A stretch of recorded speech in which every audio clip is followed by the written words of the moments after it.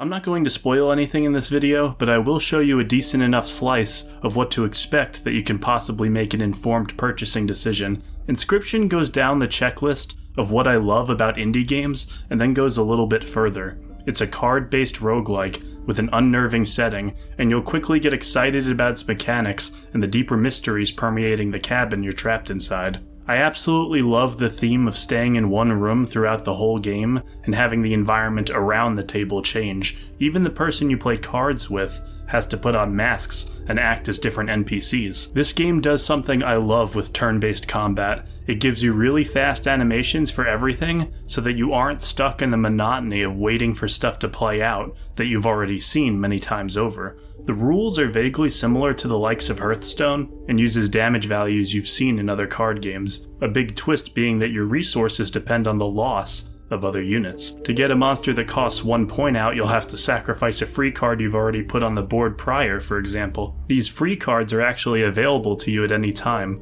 You can draw from your own deck you accumulate between battles, or one consisting of squirrels, which are essentially sacrificial fodder for your other cards. Offing a line of fodder monsters to bring out the damage dealers is fun, and stays fun throughout your multiple attempts to beat the game. Complexity slowly unravels before you, and you'll eventually realize the broader implications of your choices between battles. You might even go as far as to lose a special NPC encounter on purpose, just so you don't get a card added to your deck.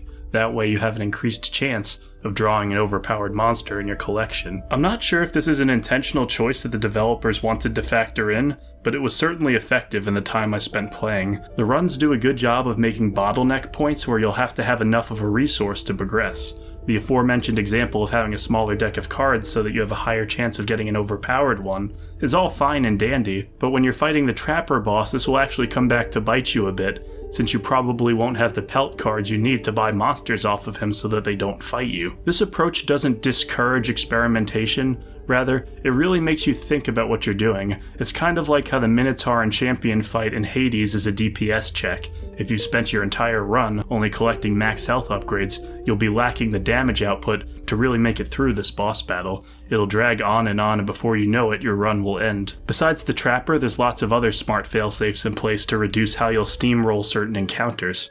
The Prospector fight, for example, has multiple lives, and will turn all of your minions on the board into piles of gold after he loses his first one. This prevents you from just laying down something that deals 5 points of damage and winning immediately.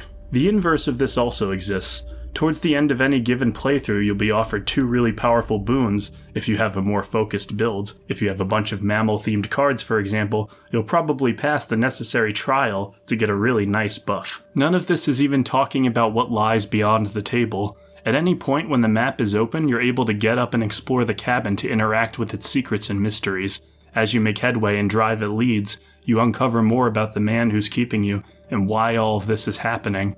And while it's frustrating to lose towards the latter half of a good playthrough, you'll hardly pass up the chance to do it all again on account of how fast and fun the game is and enticing the story is. There's also a lot of situational dialogue. While it's not at Hades levels, there's surprisingly specific moments where your antagonist will comment on what you're doing. These include debuffs, certain card matchups, and what you do around the cabin before you sit down. There's a whole lot that I'm not able to talk about here, but if the footage you're seeing on screen is enticing to you, I definitely recommend you give it a look. Overall, Inscryption could have aimed much lower than it did and still have been very well off, but the extra tricks it has up its sleeve end up giving it more life than even that. How you feel about some of its bigger twists are going to ultimately affect your opinion of the game. Me personally, I think we have a bit of a hat on a hat situation here.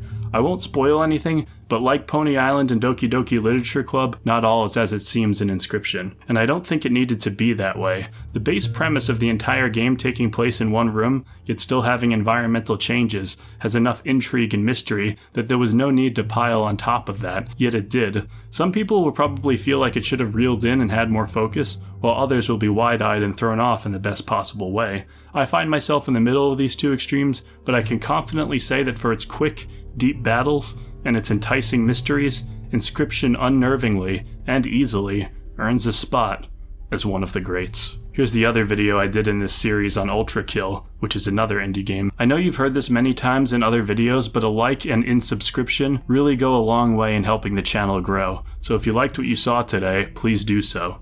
Thanks so much, and have a wonderful night. Bye-bye. you.